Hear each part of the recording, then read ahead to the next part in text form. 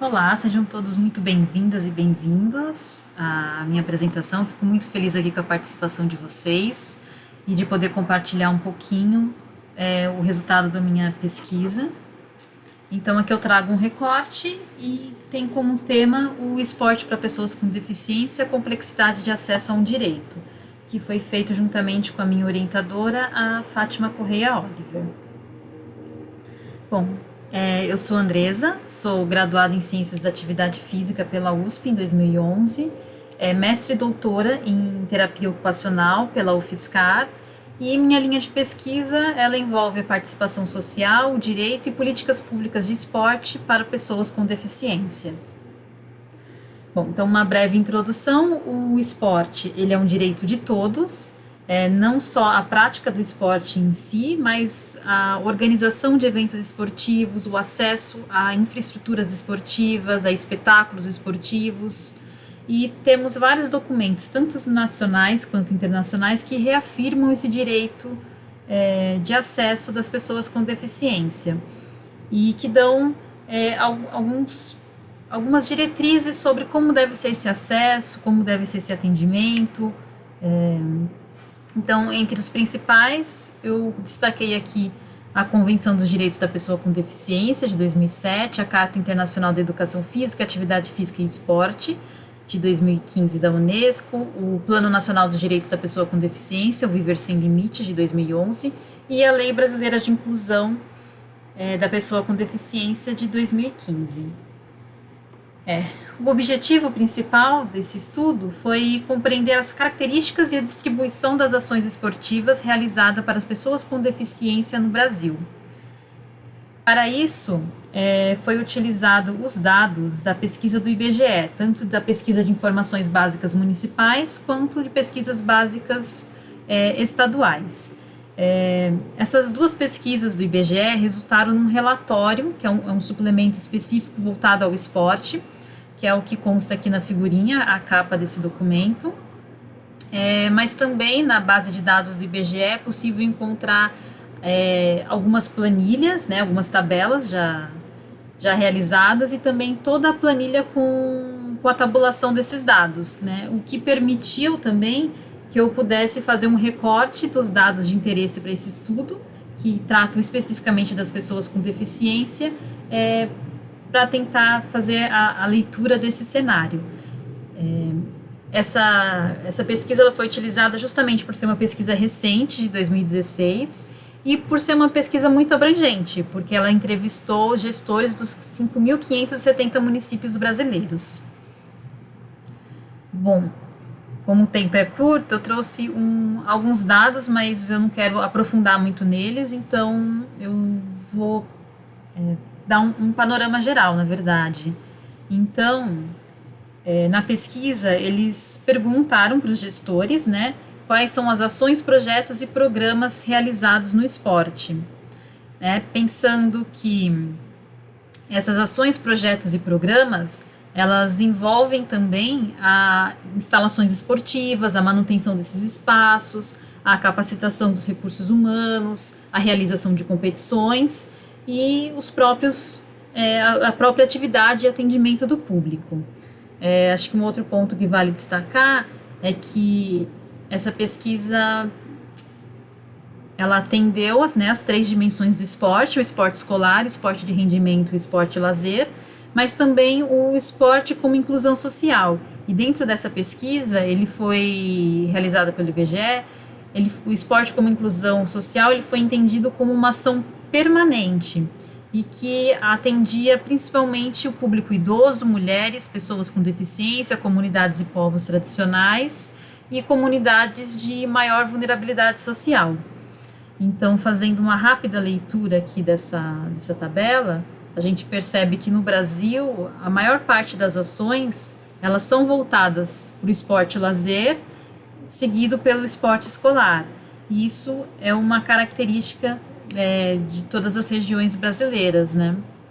E aí também a gente observa pelos dados, né, números absolutos, que a região sudeste e a região nordeste são regiões que têm muitas ações, projetos e programas na área esportiva. Bom, nesse gráfico eu trago um recorte específico das ações, projetos e programas voltados para pessoas com deficiência, né? E dentro desse recorte, a gente percebe que de tudo que é realizado, em torno de 3,4 a 6,1% das ações são voltadas para esse público específico. E ao analisar isso, né, a gente percebe que as ações, né, voltadas para pessoas com deficiência estão muito mais voltadas às ações de esporte e lazer e de inclusão social, né, seguido depois do esporte escolar e do esporte como rendimento. Então, algumas considerações. Ter políticas públicas em todas as manifestações esportivas e regiões do Brasil é um ponto positivo que sinaliza para o reconhecimento do direito de acesso dessas pessoas com deficiência, que elas acabam muitas vivenciando muito mais a prática esportiva no ambiente escolar, mas esse acesso também deve se dar em outros âmbitos. Também aponta para a falta de uma política específica para esse público, né? Embora os documentos assegurem e reconheçam esse direito das pessoas com deficiência, as diretrizes não são muito claras, né? Eles falam que o acesso deve ser amplo dessas pessoas, falam de algumas condições de acessibilidade, mas ainda não há uma política muito bem estruturada em que as diretrizes estejam claras para os profissionais e para os gestores de como devem ser feitas essas ações para que promovam a inclusão social das pessoas, a participação e a inclusão social dessas pessoas com deficiência, pensando que as pessoas com deficiência enfrentam mais barreiras, sejam elas físicas, arquitetônicas e atitudinais. Também, pelos dados, a gente vê que tem uma diferença entre as regiões do Brasil. Isso muito claramente tem fatores socioeconômicos, né, e de desigualdade que nós temos no nosso país, e que, com certeza, esse aspecto acaba trazendo mais complexidade de acesso às pessoas com deficiência. Em regiões como o norte do país ou o centro-oeste. Um aspecto que eu vejo como positivo é que muitas dessas ações esportivas para pessoas com deficiência estão justamente no esporte como inclusão social e no esporte lazer, né? Sendo o esporte rendimento uma consequência do investimento nessas outras áreas. Porém, alguns autores apontam que esse investimento feito massivamente ou com maior ênfase, né, no esporte e lazer, ele pode estar focado não na implementação dessas ações, mas muito mais na infraestrutura esportiva. E dessa forma, né, as ações voltadas ao lazer, sendo esses recursos, né, voltados ao esporte e lazer, sendo gastos muito mais na infraestrutura esportiva, isso de alguma forma estaria favorecendo também o esporte de rendimento. Mas para afirmar isso também a gente precisaria ter dados mais precisos, mais qualitativos, para compreender como tem sido feito esse investimento, quais são as prioridades desses programas e os direcionamentos. Deixo aqui algumas referências que foram utilizadas e também me coloco à disposição para qualquer pessoa que tenha interesse no tema e que queira aprofundar um pouco mais ou trocar ideias e informações, me coloco à disposição.